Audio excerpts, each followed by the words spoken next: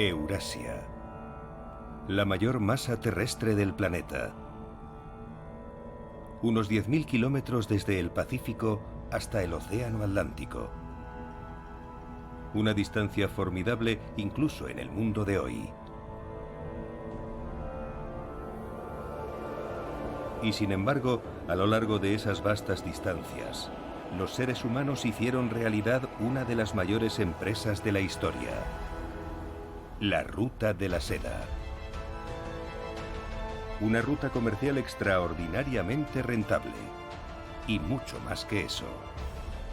Durante miles de años, productos exóticos, nuevas tecnologías, ejércitos conquistadores e ideas brillantes viajaron a lo largo de la Ruta de la Seda.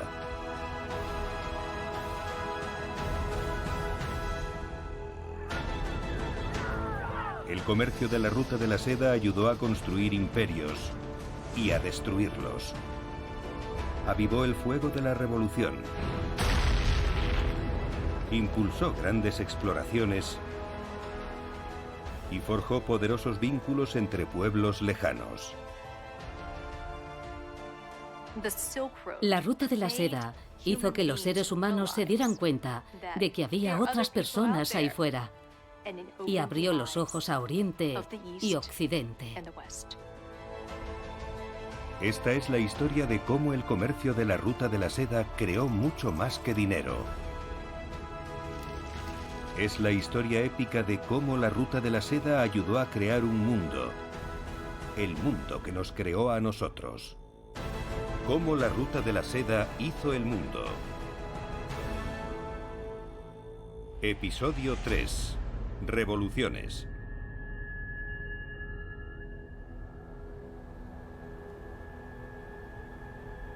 En algún momento del pasado remoto en la antigua China, una persona desconocida tuvo la siguiente idea.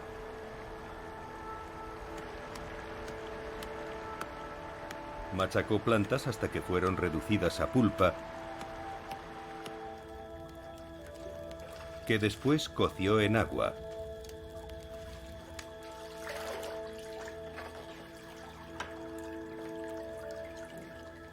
Luego colocó la pasta hervida sobre una pantalla y la dejó secar,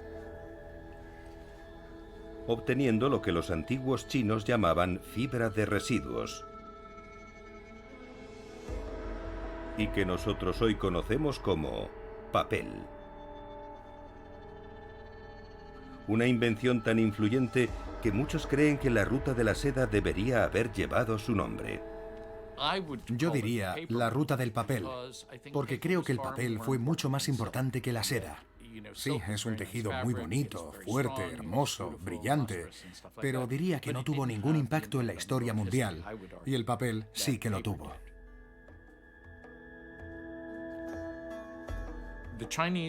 Los chinos creen que fue un eunuco de la corte, Kai Lung, quien inventó el papel alrededor del año 100 de nuestra era, utilizándolo para escribir.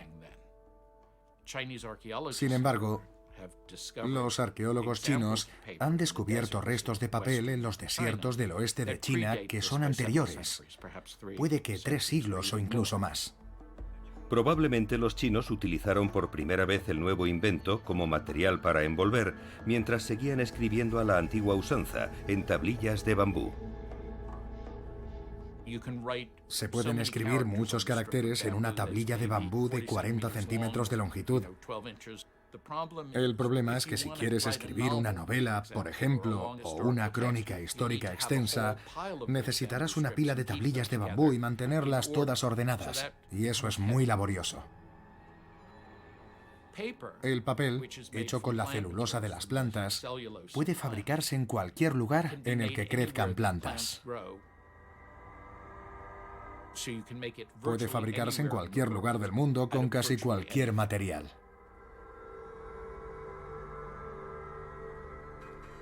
En los primeros siglos de nuestra era, China utilizaba el papel para las mismas cosas que nosotros hoy, incluso para pañuelos y papel higiénico.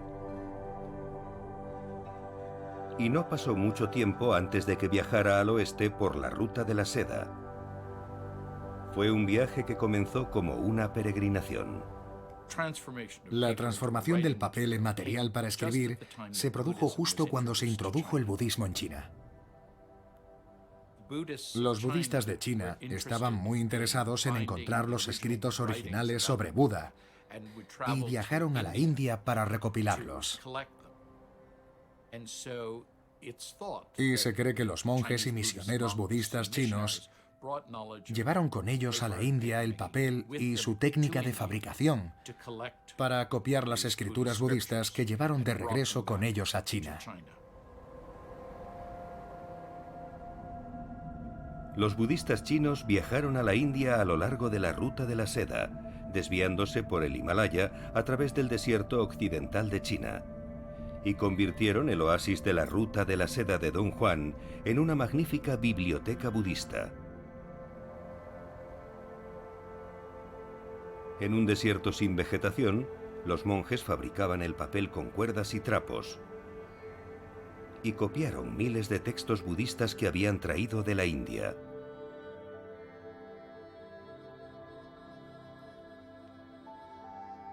Gracias al budismo chino y a la evidente utilidad del papel para guardar un registro de las transacciones comerciales, el papel empezó a extenderse por toda Asia. Mientras difundían el budismo por todo el sudeste asiático, los chinos también introdujeron el empleo y la fabricación del papel en lugares como Corea, Japón y Vietnam. Sabemos con seguridad que eso fue así antes de la época de la conquista musulmana de Asia Central, que se produjo alrededor del año 700. En el siglo VIII, los ejércitos árabes que combatían en nombre de una nueva religión, el Islam, avanzaron por Asia Central y se enfrentaron a los ejércitos chinos. Durante el mismo siglo, el mundo árabe comenzó a fabricar su propio papel. Eso es algo que tradicionalmente se ha explicado con el relato de una victoria crucial de los árabes sobre los chinos. La batalla de Talas entre los ejércitos chino y musulmán en Asia Central tuvo lugar en el año 751. Según cuenta el historiador Atta al-Abi, en la batalla capturaron a fabricantes de papel, y así habría sido como los musulmanes aprendieron a fabricar papel.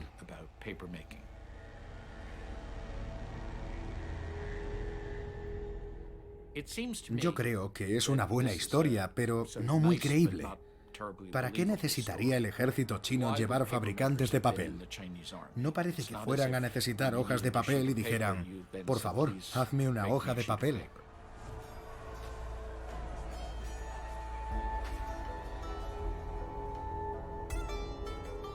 Es mucho más probable que los árabes descubrieran el papel comerciando a lo largo de la ruta de la seda y que enseguida reconocieran su inmenso valor práctico. Entonces, en Oriente Medio, escribían sobre papiro egipcio, pero tenían que comprarlo en Egipto. Y el papel podían fabricarlo ellos mismos. A finales del siglo VIII, los árabes ya habían empezado a producir papel. El momento decisivo para el papel fue cuando lo descubrió la burocracia musulmana. En concreto, los funcionarios que dirigían el califato abasí, fundado en torno al año 750 de nuestra era. Desde Bagdad, su capital, los abasíes gobernaron el imperio más grande de su época. Los administradores del imperio tenían la responsabilidad de guardar registros sobre a quién habían pagado, quién debía cuánto, quién poseía qué, quién tenía que hacer algo. Menos de un siglo después de que descubrieran el papel en Asia Central, ya lo estaban fabricando en la capital del imperio. Y rápidamente empezaron a usar el papel para algo más que llevar sus archivos. En el siglo VII, en Bagdad y en todo el mundo árabe, la disponibilidad de papel barato hizo posible una de las épocas de mayor esplendor cultural de la humanidad. Bagdad se convirtió en un centro de aprendizaje en el que se escribían libros y se traducían libros de otros idiomas. La gente escribía libros sobre todos los temas posibles, no solo sobre las palabras de las tradiciones del profeta, sino también literatura popular, ciencia, astronomía, geografía. Se traducían libros griegos de matemáticas y sobre todo tipo de temas. Y esa explosión del aprendizaje, que se conoce desde hace mucho tiempo, nunca se relacionó con el hecho de la disponibilidad del papel. Durante la Edad Media, la España árabe vivió una época de esplendor cultural. Eruditos, musulmanes, judíos y cristianos colaboraban traduciendo, enseñando y preservando grandes obras de la ciencia, las matemáticas y la filosofía. Según una crónica, en España, la Biblioteca Real del Califato de Córdoba contaba entre el 960 y el 970 aproximadamente con 400.000 libros. Probablemente se tratara de una exageración, así que vamos a quitarle un cero.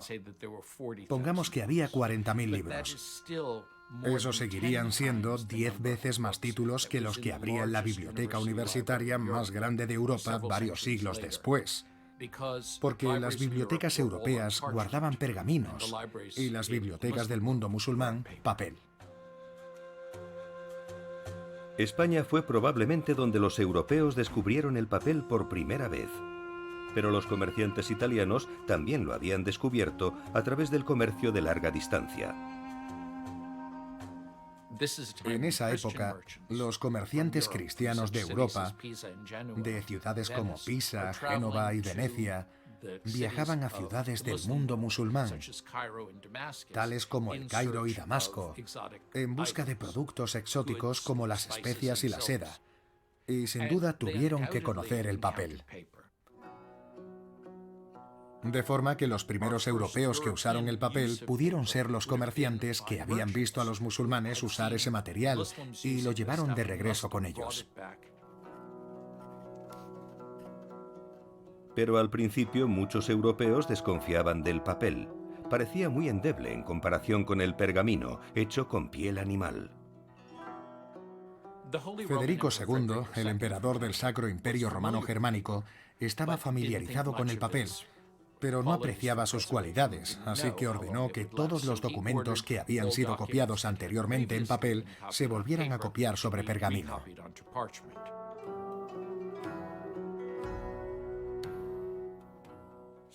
Igualmente, el abad de Cluny, Pedro el Venerable, conocía el papel, del que había dicho, es realmente repugnante. Hacen esa cosa con materiales viles, en lugar de con hierbas puras del lecho del río, refiriéndose al papiro, o a la piel de animales puros. Le preocupaba que el papel pudiera estar hecho de cosas sucias e impuras. Pero a la creciente clase media europea no le preocupaba la pureza del papel. Un solo libro de pergamino requería 200 pieles de animales y costaba una fortuna. Y sin duda la geografía daba a los europeos una gran ventaja en la producción en masa de papel.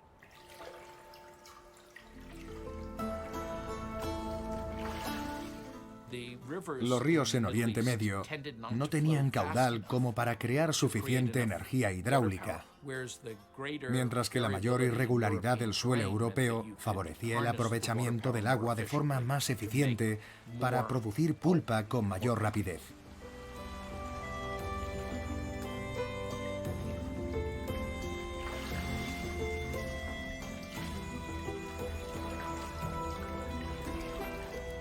Y los europeos también tenían un suministro abundante de trapos de lino. A finales de la Edad Media, se había desarrollado una nueva forma de fabricar ropa utilizando el llamado triturador de lino, que hizo que se produjeran más tejidos de lino para la fabricación de ropa interior para la población.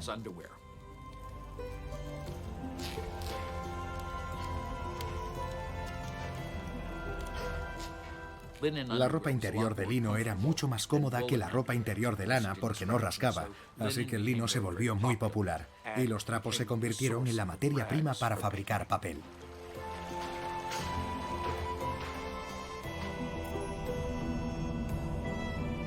A finales de la Edad Media, las ciudades de la Italia montañosa, como Fabriano y Amalfi, se habían convertido en las productoras de papel más importantes de Europa. Enviaban toneladas de papel a los hombres de negocios de todo el continente. Y la producción masiva de papel barato estaba cambiando a Europa de numerosas y profundas maneras. Uno de los documentos más interesantes que he visto en fotografía es un poema de Petrarca, el poeta italiano. Está escrito en papel y está lleno de tachaduras. Petrarca escribió el poema y después cambió de opinión y escribió una palabra mejor, de forma que podía componer, de hecho, sobre el papel, en lugar de hacerlo mentalmente, repitiéndolo una y otra vez hasta que quedara perfecto y luego pasándolo a limpio a un delicado y costoso material. Y eso era algo que no se hacía sobre papiro porque era demasiado caro. Tenías que rasparlo. El papel permitió hacer muchas cosas de una manera nueva.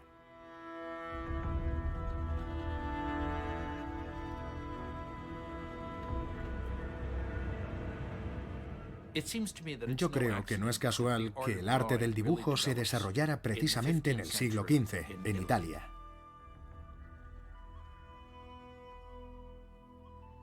El papel permitía al artista dibujar y desarrollar una idea ante sus ojos y conservarla para su uso posterior, o bien mirarla y decir, cambiaré esto, cambiaré eso, y guardarlo y hacer una copia del dibujo.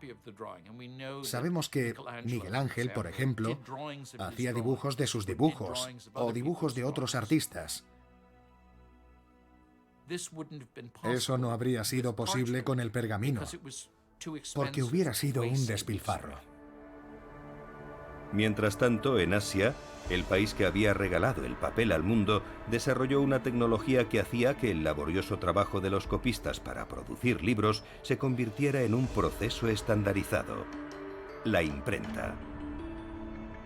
En el siglo IX, en la época de la dinastía Tang, los impresores chinos imprimían páginas de libros talladas en un solo bloque de madera. El libro impreso más antiguo del mundo es esta copia china del Sutra del Diamante, un libro budista impreso en el año 868. Unos 400 años después, en torno al 1300, la técnica xilográfica asiática había llegado a Occidente a través de la ruta de la seda. Pero para entonces, China ya había inventado una forma más eficiente de imprimir.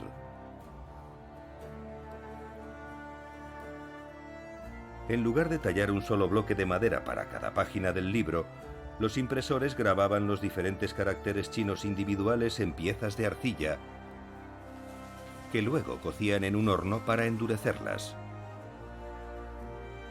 Y después las disponían en un marco para crear la página del libro.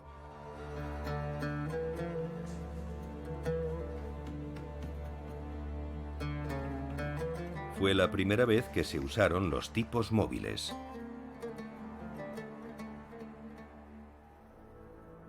Más tarde, en el año 1440, Johannes Gutenberg, un orfebre de la ciudad alemana de Maguncia, ideó una nueva forma de imprimir. Gutenberg empezó con una prensa de tornillo. Un tornillo de madera presionaba una plancha sobre una superficie plana. Había sido inventada por los romanos para hacer vino, y en la época de Gutenberg se utilizaba para hacer xilografías. Gutenberg creó sus propios tipos móviles perforando las letras sobre metal y fundiéndolas con un molde manual que él mismo había inventado. Ideó un sistema para componer rápidamente en bandejas las líneas de tipos móviles. E inventó una nueva tinta aceitosa para imprimir que se transfería fácilmente a los tipos de metal.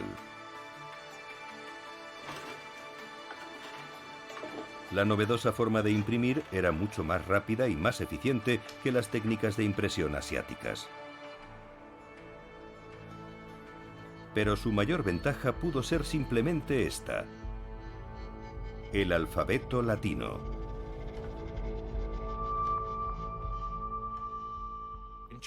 El idioma chino tiene muchos caracteres, de forma que se necesitaban unos 6.000 caracteres individuales para imprimir algo.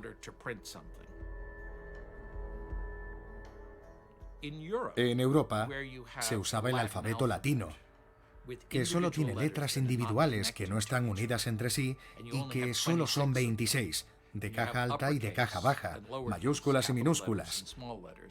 No se necesitaban muchas letras para componer un texto.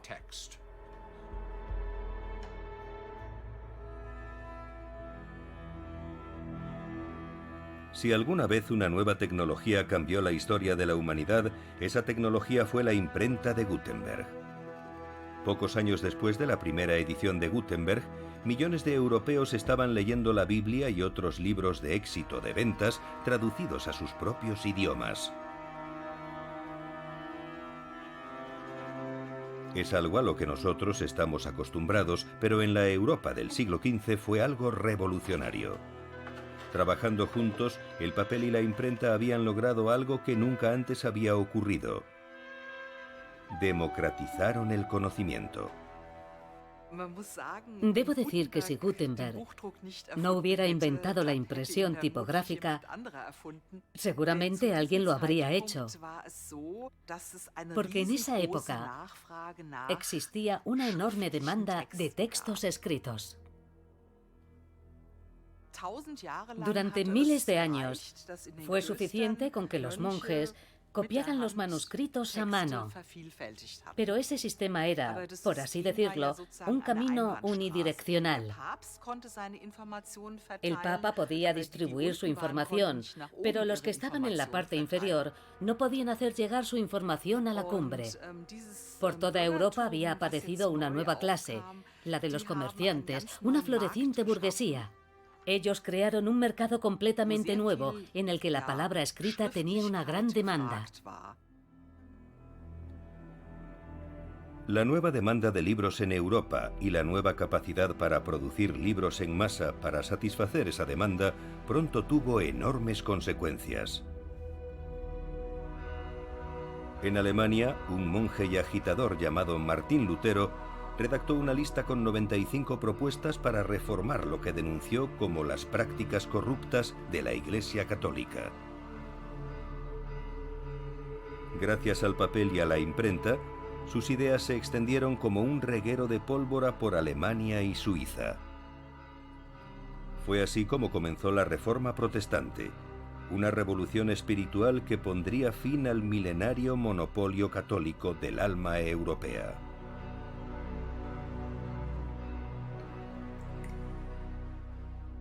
Y otros libros muy vendidos ayudaron a un italiano que vivía en España a hacer realidad su sueño. Se llamaba Cristóbal Colón, y le preocupaba que las ciudades santas de la cristiandad hubieran caído en manos de los turcos otomanos. Colón hizo planes para una nueva cruzada para liberar Jerusalén. Y para financiarla, decidió viajar a Asia para intercambiar especias y otros productos de lujo que vendería en su país para obtener grandes beneficios.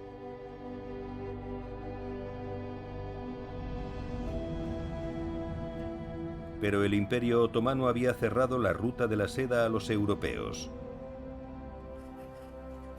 Colón necesitaba encontrar una nueva ruta para llegar a Asia. Con la lectura de dos libros, Los viajes de Marco Polo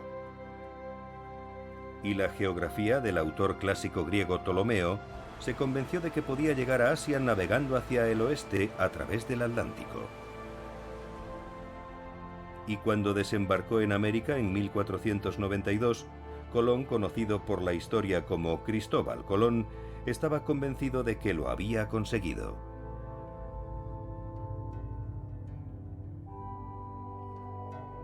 Pero de hecho, la verdadera ruta marítima a Asia no se descubriría hasta 1498, cuando el navegante portugués Vasco da Gama llegó a la India navegando hacia el este. Una vez rodeado el cabo africano de Buena Esperanza.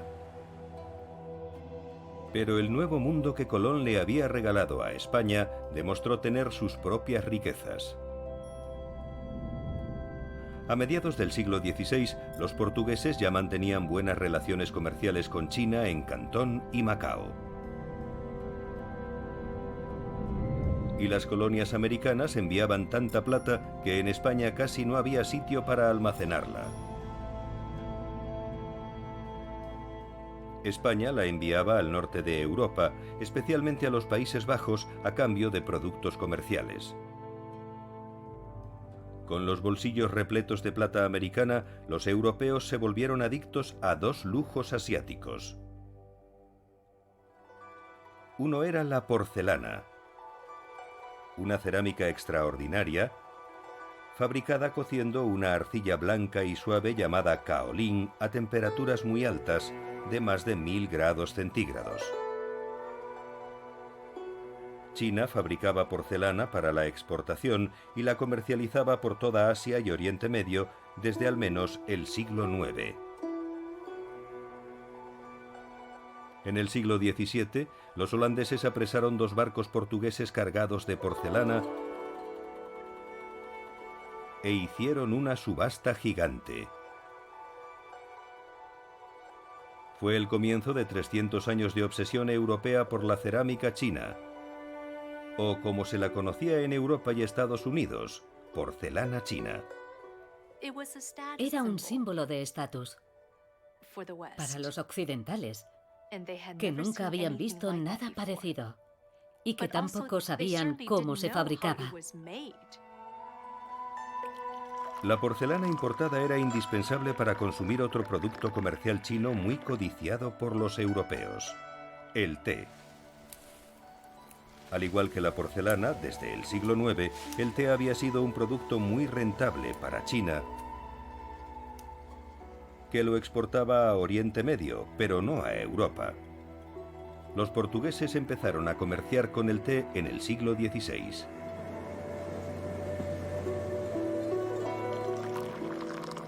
En 1657, un comerciante londinense vendió té en Gran Bretaña por primera vez.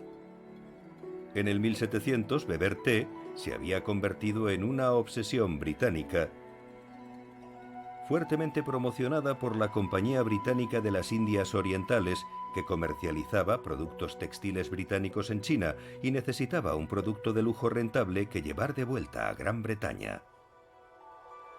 Al mismo tiempo que el té chino empezó a llegar a Occidente, a Europa, los europeos empezaron a comercializar nuevos productos exóticos en China.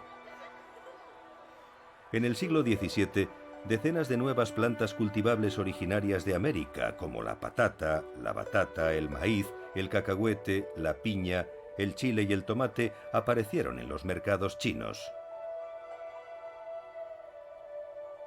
Algunos de esos nuevos alimentos ofrecían mucho más que solo el atractivo de su exotismo. El maíz, la patata y la batata crecían en entornos áridos del Nuevo Mundo, como en los Andes sudamericanos. Los agricultores chinos enseguida descubrieron que eran cultivos resistentes, capaces de sobrevivir a las frecuentes sequías que aniquilaban sus cultivos nativos, matando de hambre a muchos chinos. No es casual que en el siglo XVII, tras la introducción de cultivos resistentes a las sequías, la población china comenzara a crecer y que siguiera creciendo hasta que China se convirtió en el país más poblado del mundo. Y las nuevas rutas marítimas llevarían aún más a China desde Occidente.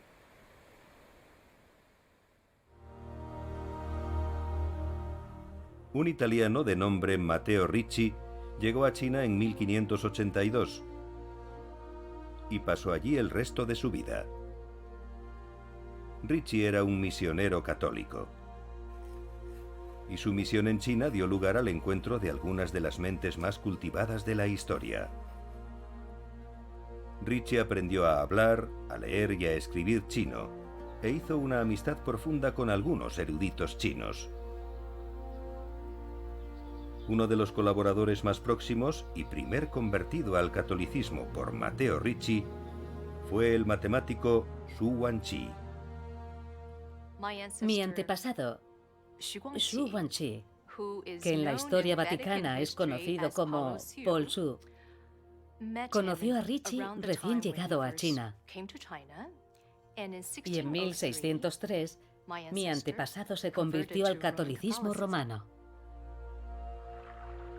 Trabajando juntos, tradujeron al chino la obra del matemático griego Euclides y otros clásicos de la ciencia y de las matemáticas occidentales. Y también tradujeron al latín la obra de Confucio. Ritchie escribió a sus superiores en Europa pidiéndoles que enviaran más misioneros a China, pero solo a los hombres más inteligentes. En China escribió: tratamos con personas tanto inteligentes como instruidas. El propio Xu Guangqi era astrónomo, un gran astrónomo y matemático. Pero el conocimiento de la ciencia occidental le abrió los ojos a una forma diferente de pensar, a una forma diferente de enfrentarse a los fenómenos de la naturaleza. Matteo Ricci era un jesuita, miembro de la Compañía de Jesús, una nueva orden católica inspirada en los principios del Renacimiento europeo. Además de teología, los sacerdotes jesuitas estudiaban ciencias y matemáticas. Como misioneros, respetaban otras culturas y trabajaban para integrar el cristianismo con las creencias no cristianas.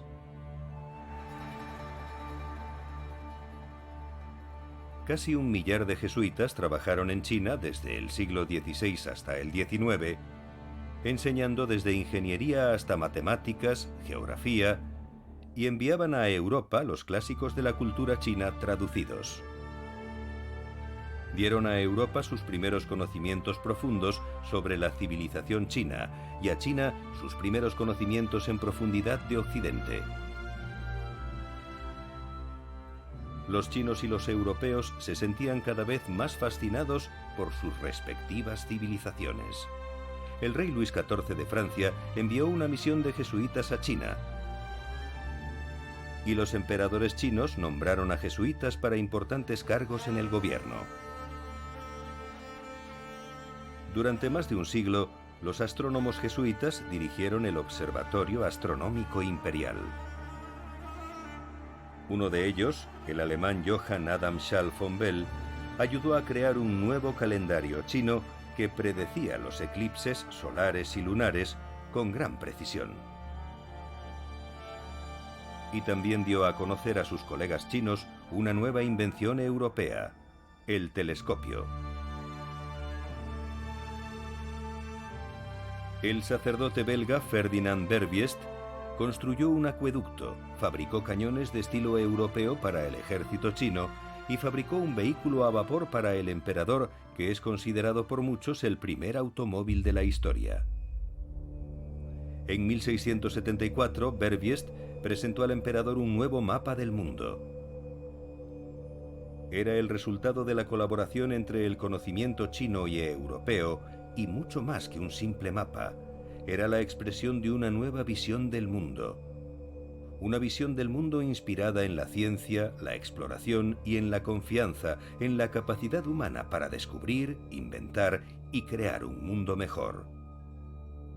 Una visión que consideraba el mundo como uno solo. Puede decirse que el sabio más famoso de esa época era Voltaire. Y en su ensayo sobre las costumbres, publicado por primera vez en 1756, afirmaba que China era el ejemplo de monarquía ilustrada dirigida por intelectuales.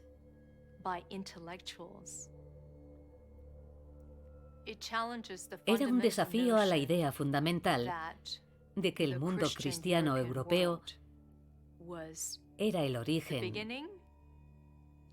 y el centro de la civilización.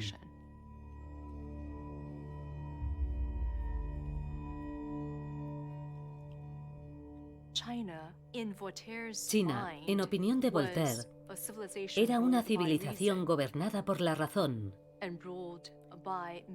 y gobernada por hombres que ascendían por su educación, sus virtudes y sus logros académicos, es decir, por sus méritos, no por privilegios hereditarios. En los tiempos de Voltaire, los europeos luchaban contra las monarquías hereditarias por el derecho a gobernarse a sí mismos. En 1800, las revoluciones políticas en Gran Bretaña, Estados Unidos y Francia pusieron fin a siglos de monarquía absolutista. Las nuevas tecnologías, como el telar mecánico y la máquina de vapor, y el surgimiento del capitalismo industrial habían conectado los rincones más remotos del mundo. Y una antigua invención china que había llegado a Occidente muchos siglos antes había desempeñado un papel crucial.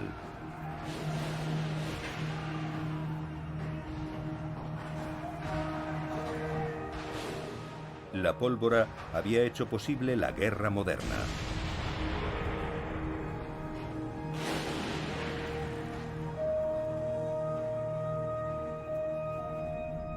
Y en áreas ricas en minerales, como la cadena montañosa francesa de los Vosgos, estaba ayudando de una manera diferente a crear el mundo moderno. A principios del siglo XVII, estas montañas estaban repletas de minas y de mineros llegados desde toda Europa, siguiendo los rumores de riquezas subterráneas.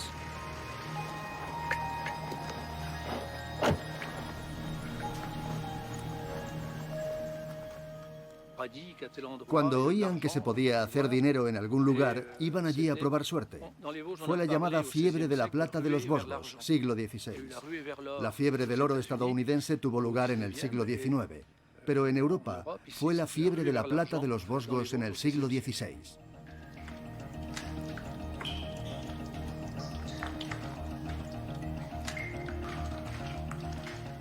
En los libros de contabilidad de una compañía minera en Letilló, los arqueólogos descubrieron una entrada del año 1617 en la que se registraba la compra de pólvora para hacer algo revolucionario: una voladura de roca en el interior de una galería minera.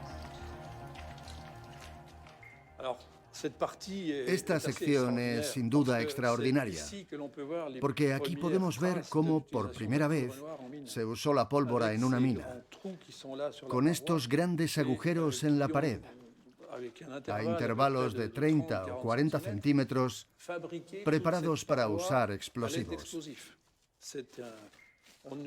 Probablemente son de la década de 1620. Y esta era una nueva técnica para la que se emplearon nuevas herramientas. Obviamente tuvieron que inventar todo el proceso, ya que era la primera vez que se hacía. En la roca se pueden observar las huellas de esta técnica y las marcas de las herramientas son claras. Esta es una herramienta que descubrimos en las excavaciones de las últimas semanas. Es una legra, una herramienta especial con un extremo en forma de cuchara y con un agujero en el otro extremo, con un ojo de aguja, en el cual se insertaba un paño, un trapo. Una vez perforado el agujero con una broca, la función de esta herramienta era sacar el polvo poco a poco del agujero hasta que estuviera limpio. Después, el otro extremo se usaba para secar el agujero antes de introducir la pólvora, porque la humedad estropea la pólvora. Esta herramienta se siguió utilizando de la misma forma durante los siglos XVIII y XIX. Otra herramienta metálica encontrada recientemente es esta pieza metálica llamada pasador, que permitía guiar al detonador empujándolo por un extremo para que se deslizara por la espiga hasta la pólvora. Como no era posible deslizar un detonador blando a tanta distancia sobre un trozo de madera dentro del agujero, hay que guiarlo. Y usaban esta herramienta, así. Estas son las herramientas básicas que demuestran el proceso, el uso de la pólvora a principios del siglo XVII. A comienzos del siglo XIX, la pólvora ayudó a la minería europea a pasar de la laboriosa extracción manual a convertirse en una industria moderna que podía satisfacer la creciente demanda de la economía industrial europea. Y al otro lado del Atlántico estaba a punto de ayudar a un país nuevo a liberar su vasto potencial económico. El 4 de julio de 1817, en el 41 aniversario de Estados Unidos en Nueva York, los trabajadores empezaron a excavar el Canal de Erie. Un canal navegable de casi 600 kilómetros, diseñado para conectar los grandes lagos con el río Hudson y el océano Atlántico, para que las ciudades y granjas de la frontera estadounidense pudieran transportar y vender sus productos en todo el mundo. La mayor parte del canal transcurría por una llanura, y los constructores del canal apenas tuvieron problemas para excavar su suelo blando. Pero a 50 kilómetros del lago Erie, el paisaje cambia bruscamente. En 1824 llegaron aquí a Lockport y lo que encontraron fue un estrato de un mineral perteneciente a una roca muy dura. Tuvieron que excavar entre 15 y 20 kilómetros, mucho más de lo que habían tenido que excavar en todo el canal. Es la misma roca que forma la escarpa de las cataratas del Niágara. Era como si estuvieran escalando la pared de las cataratas del Niágara para llevar los barcos del canal desde aquí hasta el lago Erie y el lago Superior. Para que los barcos del canal pudieran llegar desde Lockport hasta el nivel del lago Erie, tenían que salvar un desnivel de 15 metros de altura. Y la única forma de hacer eso era construyendo un complejo sistema de esclusas. Pero excavar con picos y palas esas esclusas en la dura piedra dolomita habría sido prácticamente imposible. Podían cavar con picos y cinceles, pero habrían tardado años y más años en abrirse paso a través de esta roca. Sin explosivos, no habrían llegado muy lejos. No habrían podido alcanzar su objetivo último, el lago Erie. No hubieran podido abrir los grandes lagos al comercio marítimo. Necesitaban alguna manera para desplazar cantidades enormes de roca. Usando la pólvora en vez de pico y pala, los trabajadores del canal excavaron las cámaras de las esclusas en 2 años. Pero el trabajo de la pólvora solo acababa de empezar.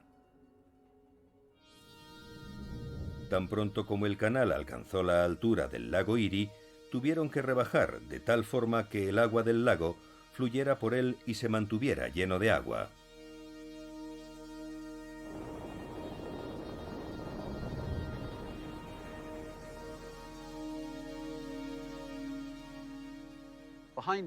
Detrás de mí se puede ver el gran reto final para la construcción del canal.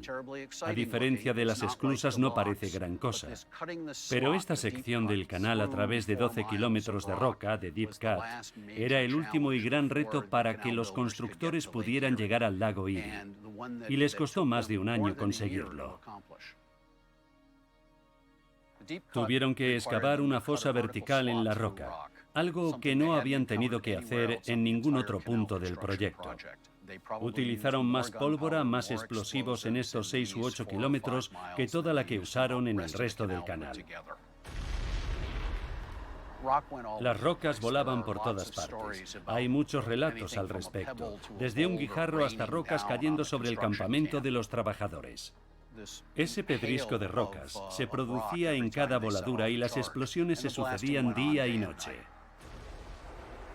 En esas explosiones murieron obreros y también vecinos de la ciudad. Los periódicos contaban casos de mujeres muertas a causa del impacto de rocas mientras hacían recados o caminaban de una casa a otra.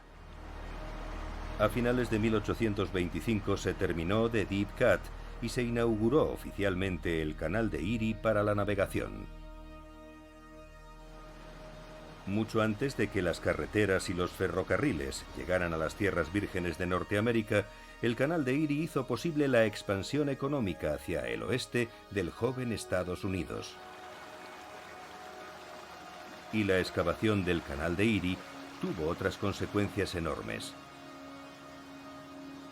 Desempeñó un papel esencial en la transformación de un puerto marítimo del extremo oriental de Estados Unidos en la ciudad más grande del mundo moderno. Gracias al canal, pasó de ser un puerto más del Atlántico, que competía con los de Filadelfia, Baltimore y Boston, a convertirse en el puerto más importante. Nueva York se convirtió en el líder mundial del comercio marítimo y en todas las demás actividades comerciales relacionadas con el comercio marítimo, como los seguros, la banca y el comercio de cereales. Todo eso sucedió en Nueva York porque el Canal de Erie llevaba los productos desde el interior del continente hasta el Atlántico, hasta el puerto de Nueva York. En el siglo XX, Nueva York se convirtió en el prototipo de megaciudad.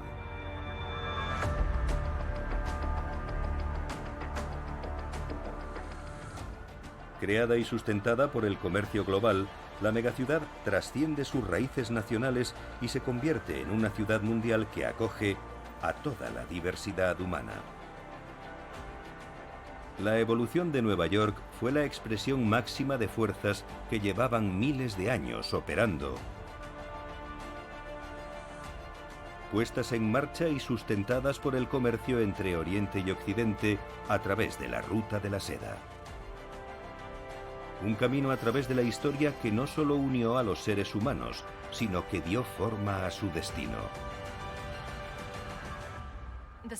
La Ruta de la Seda fue como un rayo de luz.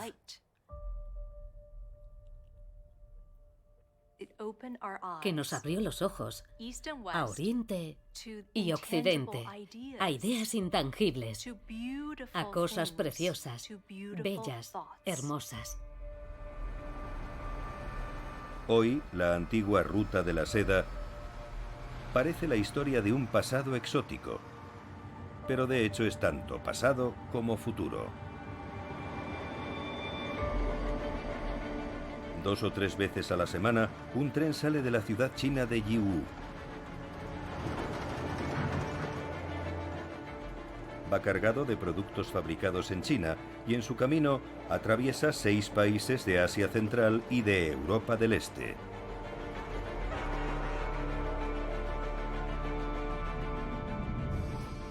Tarda entre 18 y 20 días en alcanzar alguno de sus diferentes destinos en Europa Occidental, situados a distancias de entre 12.000 y 13.000 kilómetros. Y regresa a China cargado con productos de fabricación europea. El ferrocarril Yiwu es un pionero del renacimiento de la Ruta de la Seda. El 14 de mayo de 2017, China organizó una conferencia en Pekín para promover su iniciativa Un cinturón, una ruta. A ella asistieron representantes de todo el mundo, incluidos los presidentes del Fondo Monetario Internacional, del Banco Mundial y de las Naciones Unidas, y casi 30 jefes de Estado. Conocido también como OBOR, Un cinturón, una ruta, planea invertir $1 billón en una red de transportes que conectará 60 países, 2/3 de la población mundial y 1/3 del PIB mundial. Inspirado en la antigua Ruta de la Seda, restablecerá las antiguas rutas comerciales por tierra y por mar. Y también creará una nueva Ruta de la Seda en el espacio. El 1 de agosto de 2017, la nave espacial de carga china Tianzhou-1 puso en órbita el nanosatélite Silk Road 101. Es un satélite exploratorio para una constelación de 30 satélites que operan en una gran variedad de longitudes de onda. Estos satélites ayudarán a construir un sistema de navegación vía satélite seguro y fiable que proporcionará servicios de navegación, mapeo y tecnología de detección remota a todas las ciudades de China occidental y a otros países situados en la nueva Ruta de la Seda. Viajar al espacio ofrece una forma superior de conexión para la comunicación global. Los satélites de comunicación y de observación terrestres son ejemplos clásicos. En 2020 completaremos la primera fase de la estación espacial. Después, la estación espacial entrará en funcionamiento. Y constantemente ampliaremos sus aplicaciones a medida que se vayan necesitando. Con nuestra estación espacial, esperamos ser capaces de avanzar en la conquista espacial para la humanidad y ser una nación responsable en el espacio.